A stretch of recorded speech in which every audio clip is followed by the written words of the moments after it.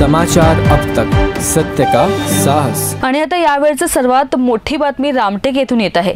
Ramtek Tumsar bypass रोडवरील मुरमुरा भट्टीजवळ तुमसरकडून भरधाव वेगाने येणाऱ्या एका दुचाकीस्वाराचा ताबा सुटून रस्त्याच्या कडेला असलेल्या दुभाजकावर आदळल्याने दुचाकीस्वाराचा जागीच मृत्यू झाल्याची घटना घडली आहे।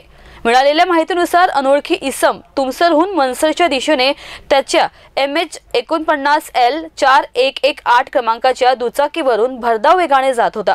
रामटेक बायपास रोडवरील मुरमुरा भट्टीजवळ वळणावर आले असता त्याची दुचाकीवरील ताबा सुटून रस्त्याच्या कडेला असलेल्या दुभाजकाला धडकली। यामध्ये मृतक व दुचाकी काही अंतरावर फरफटत जाऊन पडले। यातच त्याच्या डोक्याला मार लागल्याने त्याचा जागीच मृत्यू झाला। या घटनेची माहिती तत्काळ रामटेक पोलीस ठाण्यात देण्यात आली। त्यांनी मृतदेह शवविच्छेदनासाठी रामटेक येथील उपजिल्हा रुग्णालयात नेले। बातमी प्रसारित होतपर्यंत मृताचा पत्ता लागला नसून पुढील तपास पोलीस करीत आहेत। समाचार अब तक न्यूज करिता अजय मेहरकुळे, रामटेक।